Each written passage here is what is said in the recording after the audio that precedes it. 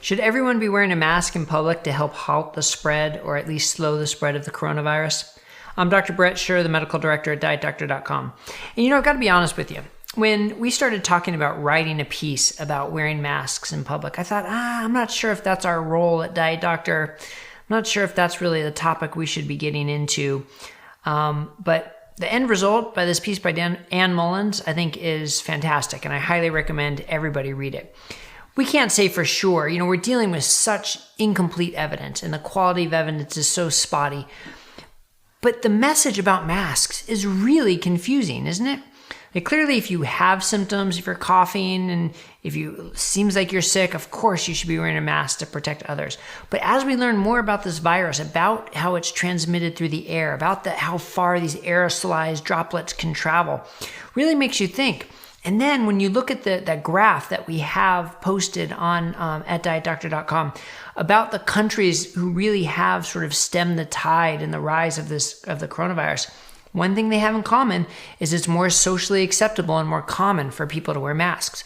Of course, that doesn't prove that the masks are what did it. They have completely different governments. They can regulate how people move about with greater severity. They can track people's cell phones. They have just stronger policies in place to keep people home. So that may have something to do with it. But now even the CDC is starting to change their message about masks. And the post by Ann, I can't do it justice in this video, so I recommend everybody go to DietDoctor.com to read it, because she really does a fantastic job.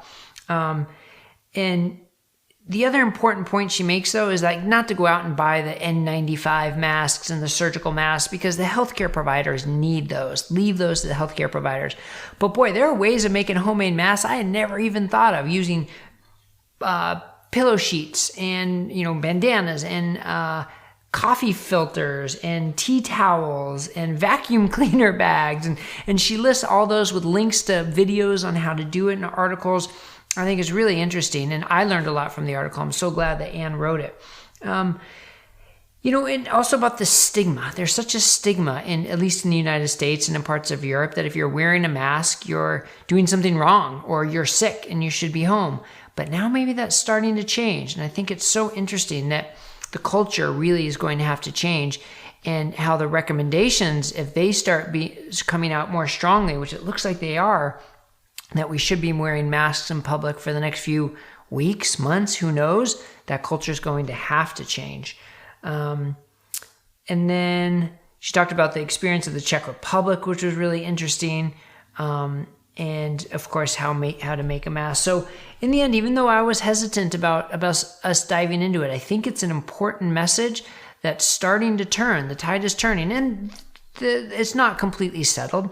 We don't know that wearing masks is going to definitely reduce the spread, but it seems to suggest it will, as long as it doesn't give you a false sense of security and prevent you from doing all the other things that are still so important, like social distancing and washing your hands, as long as it's not so uncomfortable that you start touching your face even more, and as long as you take it off and put it on in a correct, sanitary way to reduce touching of your face. So those are all important caveats there. But if you want to learn a little bit more about it, even if you're on the fence or if you're against masks, I encourage you to read Ann's post, because I think it's a well done, well thought out post. All right. That's it for today. Be safe, be healthy, take care of yourself, and take care of others.